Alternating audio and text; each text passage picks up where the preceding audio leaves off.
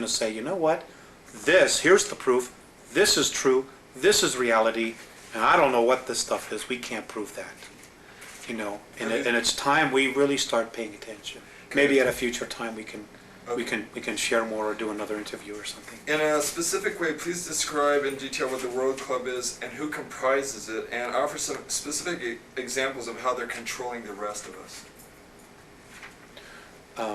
Well, the banking circles, maybe? yeah, it all evolves around money. The World Bank, International Monetary Fund.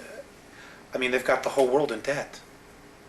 You know, governments are giving away their mineral rights in perpetuity. The United States government is now in a position to declare a national state of emergency, suspend the Constitution of the United States, and nationalize. And the reason they will have to nationalize is because our debt far exceeds any ability to pay it back. So who are the collectors? What countries are the collectors? It's not a country, it's a group of men. It's a group of human beings. It's a group of humans. Right, the aliens don't need money. They don't need an American Express card. So if the rest it's a man-made thing. If the rest of us simply say, we're not paying back the debt, that's it, we're starting over, you can forget your whole system, then we can erase that whole thing and start over. That's right. If we had a real president in office, and Kennedy was probably really the last one, what he should do is just get on TV and spell it all out. Surround himself with people that maybe he can trust to protect his life. He should get on television before Congress and all the houses, House of Representatives, in front of everybody, and spend 3 hours and give everybody a real education. Number one, the Federal Reserve is private. Number two, our debt isn't real. Number three, we've gotten ourselves into this big mess because past presidents sold us out for comfort and for money, and apologize. And then what he ought to tell, you know, and just say that I'm nationalizing all the banks under the United States Treasury. We're going back to a silver standard, just like the Constitution says, and give everybody an opportunity to get back on track here, you know, to maintain our standard of living and just start healing, you know. And then the next thing I would say is, or make sure if there were any POWs alive, that they came back home. And I would start healing all of that crap.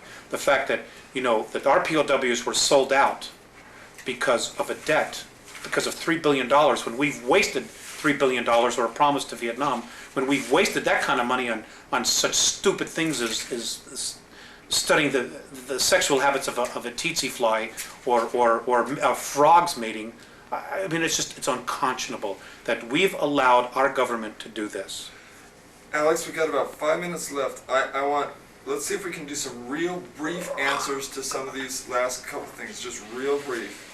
The United States, Britain, and the Soviet Union, according to your sources, have been building secret technologies and bases on Earth, the Moon, and Mars for some time. Where are these bases to be found on the Moon? Where are they? Yeah. They're on the dark side. And do you know what the locations are, what they're called? Yes. One is under Jules Verne. God, I wish I had those notes in front of me.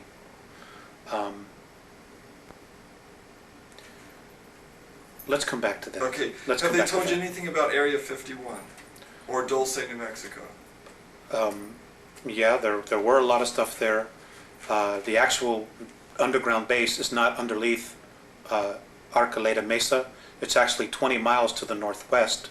That's just an entrance point in and out. This is Area 51. This is in New Mexico, Dulce. Dulce. Okay. It's not exactly right there. As far as Area 51, yes, there's a lot of stuff that was going on there, but a lot of that has been moved, and it's now in New Mexico, in the Sandia, underneath the Sandia Laboratory. Diego Garcia Island. Diego Garcia Island, there's a base there. Pine Gap. Diego Garcia Island, there's anti-gravity anomalies there, and this is how they were able to blow a lot of equipment into space without using rockets.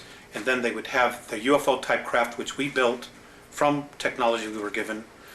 They would hook a tow chain to it, and like a tow barge, just tow it to the moon. Okay, and you mentioned... And it runs, and the equipment that's there is run on free energy, stuff that was built that was created in the 1920s, that we've been absolutely not privy to. We haven't had to pump 1 gallon of oil out of the ground since the late 1920s. They've had free energy, but because of money, they've allowed